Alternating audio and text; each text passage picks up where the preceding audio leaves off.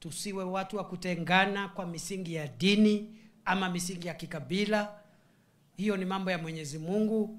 Tuwe na taifa moja. Mtu asikuje kukuchochea wewe hapa ati sisi Akamba, Mbaito, sisi, alafu anakutenganisha na wale wengine. Ajue mtu ambaye anakuambia hivyo, ajue Wakamba wengi hawaishi hata Ukambani huku.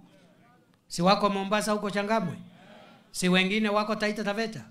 Wengine wako Lamu, wengine wako Hola, wengine wako Garissa, wako kila mahali. So hatutaki ati Kenya ya mkabila, kwa sababu watu wengi ambao asili yao ni hapa Ukambani wanaishi huko, na huko walikokwenda, mahali walipata familia, mahali walipata riziki, huko ndio kwao. Ni kwao, si kwao? Si waishi kwa umoja huko na amani na majirani wao? Kwa hivyo tuweke umoja, na mimi that's what I stand for, and that's what President Ruto stands for. Na nimeona hata ingine tunapata matatizo ya kitaifa. Tafadhali tuvumiliane, na kuna taifa ambalo akuangi na